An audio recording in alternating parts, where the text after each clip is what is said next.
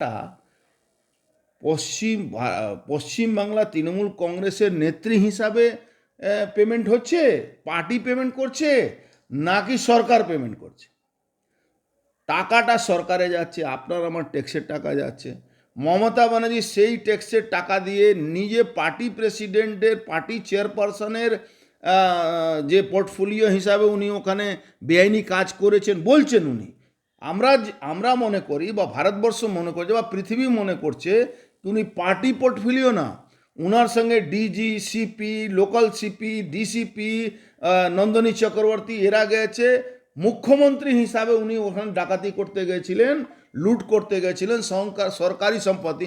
কোনো জিনিস সিজ যখন সরকারি এজেন্সি করবে সেটা সরকারি সম্পত্তি হয়ে যায়, সেটা আবার এজেন্সি লোগো রাখতে পারে না, ওটাকে সরকারি সম্পত্তি হিসাবে তার যে ট্রিট হয়ে, তো সেই সরকারি সম্পত্তি হিসাবে ট্রিট হয়ে সেই সম্পত্তিটাকে উনি নষ্ট করেছেন। উনি নিজে রাজ্যের মুখ্যমন্ত্রী হিসাবে নিজের দলের লোককে দিয়ে রাজ্য সরকারি সম্পত্তি ভাঙচুর করাচ্ছেন, আগুন ধরাচ্ছেন, রেলের সম্পত্তি আগুন ধরাচ্ছেন।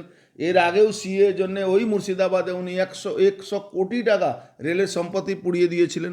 মমতা ব্যানার্জি কেন গ্রেপ্তার এখন পর্যন্ত হচ্ছেন না, এটা আমার সব থেকে বড় প্রশ্ন। উনাকে জেলে ঢুকিয়ে আন্ডার কাস্টাডি তার ইনভেস্টিগেশন করা দরকার আছে, তার ইন্ট্রোগেশন করা দরকার আছে কি উনি মুখ্যমন্ত্রী হিসাবে গেছেন, মুখ্যমন্ত্রীকে প্রোটেকশন, মুখ্যমন্ত্রী কথায় এই 150 পুলিশ গেছে, না একটা পার্টির চেয়ারপারসন হিসাবে উনি গেছেন, ডিজি গেছে সেখানে।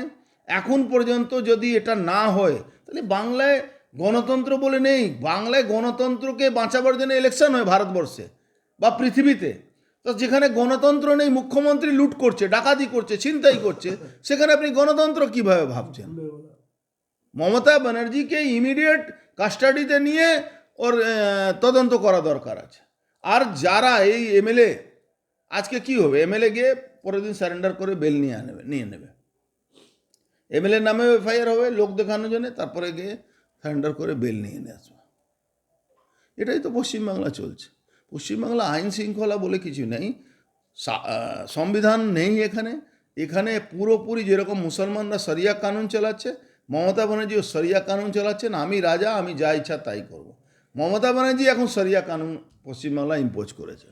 ফারাক্কায় যারা ধরা পড়লো তাদের একেবারে বাইরে বেরিয়ে ফুলের মালা দিয়ে তৃণমূল মমতা ব্যানার্জি একটা গল্প শুনেছেন নাকি? আইনের পথে চলছে মমতা ব্যানার্জি। এটাই আইন আছে, ধরা পড়ছে, তার দলের লোকরাকে ফুলের মালা পরাচ্ছে, তাদেরকে বীর হিসাবে, যেরকম কেষ্টমণ্ডলকে বীর হিসাবে আনা হয়েছিল, সেই বীর হিসাবে এদেরকে সম্মান দেওয়া হচ্ছে। কেষ্টমণ্ডল আর এর মধ্যে কোনো তফাৎ নেই, ওরাও সরকারি সম্পত্তি লুট করেছিল, এরাও সরকারি সম্পত্তি লুট করেছে।